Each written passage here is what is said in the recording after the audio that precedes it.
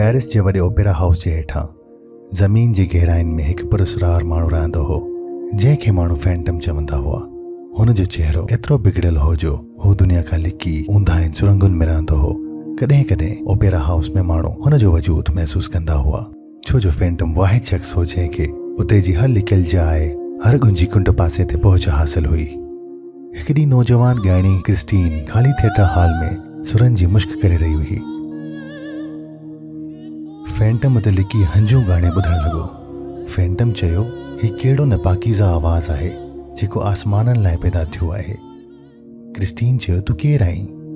साम्हूं अचु। फैंटम चयो, डिॼ न क्रिस्टीन, मां रुगो हिकु आवाज़ आहियां।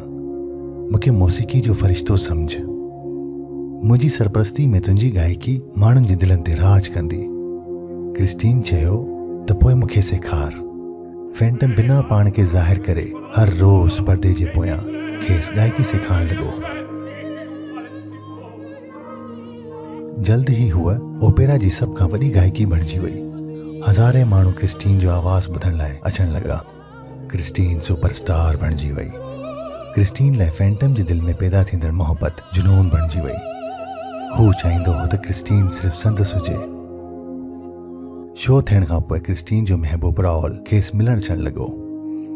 हिननि खे गॾिजी ॾिसी फैंटम जे अंदरि हसद भड़की उथी। ओपेरा हाउस में पुरस्कार वाक़िया थियण लॻा।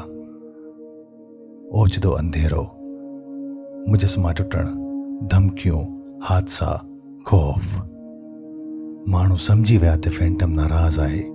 पोइ हिकु राति जॾहिं ओपेरा हाउस माण्हुनि सां भरियल हो, ओचितो वॾो फानूस छत मां टुटी किरी पियो।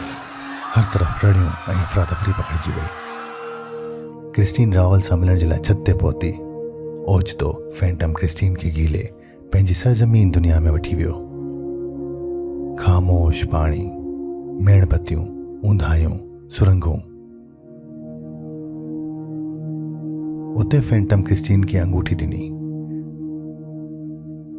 क्रिस्टीन खेसि मास्क लाहे छॾियो।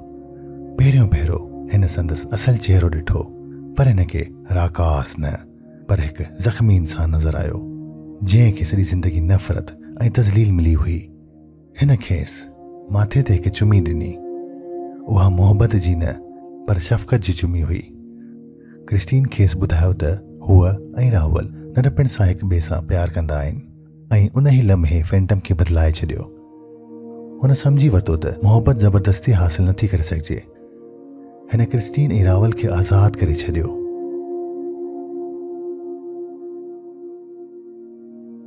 ऐं पोइ पाण ऊंदाहिनि में गुम थी वियो। जॾहिं माण्हू खेसि ॻोल्हण आया, उते सिर्फ़ु हिकु ख़ाली कमरो ऐं संदसि मास्क पियो हो। पर अॼु बि चवनि था त राति जी ख़ामोशी में ओपेरा हाउस जे हेठां कंहिं अणॾिठल मौसीक़ार जा सुर अञा बि ॿुधण में अचनि था।